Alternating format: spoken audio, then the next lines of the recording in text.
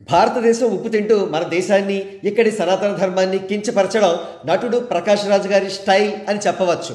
తాజాగా ఆయన హిందీ భాషను ద్వేషిస్తూ Andhra Pradesh deputy chief minister Pawan Kalyan గారిని టార్గెట్ చేస్తూ ట్వీట్స్ వేస్తున్నారు. ఆయన ట్వీట్ను పరిశీలిద్దాం. మీ హిందీ భాషను మా మీద రుద్దకండి అని చెప్పడం ఇంకో భాషను ద్వేషించడం కాదు, స్వాభిమానంతో మా మాతృభాషను, మా తల్లిని కాపాడుకోవడం అని పవన్ కళ్యాణ్ గారికి ఎవరైనా చెప్పండి ప్లీజ్. జస్ట్ ఆస్కింగ్ అని ప్రకాష్ రాజ్ గారు ట్వీట్ చేశారు. ఇప్పుడు ఆ ట్వీట్కు ఎటువంటి కామెంట్స్ వచ్చాయో పరిశీలిద్దాం.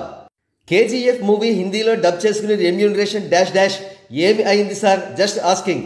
The major part of the fame you achieved as a multilingual actor is because you can speak fluently in all languages, Prakash Raj. The trilingual approach is not against the mother tongue. It is an opportunity to learn another language. State language plus English plus any other. మరి నువ్వు వేరే state actor కదా, మరి తెలుగులోకి వచ్చి ఎందుకు work చేస్తున్నావు? ఇంకోసారి TFIలో సినిమా తీస్తే అదే లాస్ట్ సినిమా అవుతుంది. ఇంత పేదబుర్ర ఏంటి సార్ మీది? అక్కడ చెప్పిన పాయింట్ ఏంటి, మీరు మాట్లాడేది ఏంటి?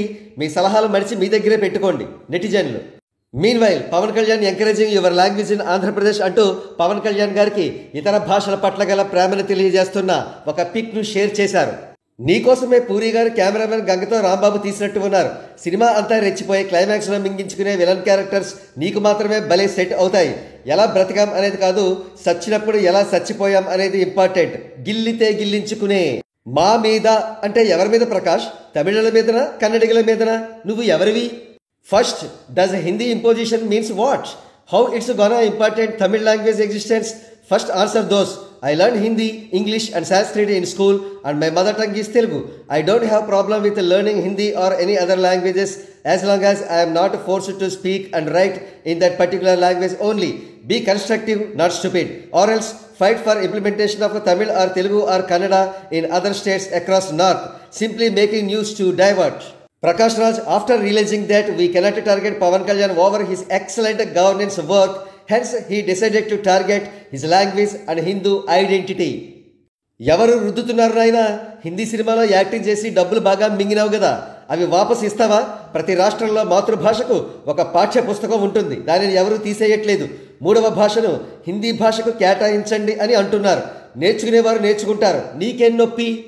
Why did Stalin suddenly get more love for language? Elections are near and need to space from scams. Pure diversion politics. మరి మీ మాతృభాషని కాపాడుకోవాలని ఉంటే ఆ డీపీలో ప్రా అని హిందీలో ఉంది, అది ముందు తీసి మెంగమని ప్రకాష్ రాజ్కి చెప్పండి. ప్రకాష్ యాంటోనీ రాజ్. హిందీ ఒక సబ్జెక్టుగా ఉండాలి అన్నారు, కానీ మాతృభాషను వదిలేసి హిందీ మాత్రమే నేర్చుకోవాలి అనలేదురా పుష్పం.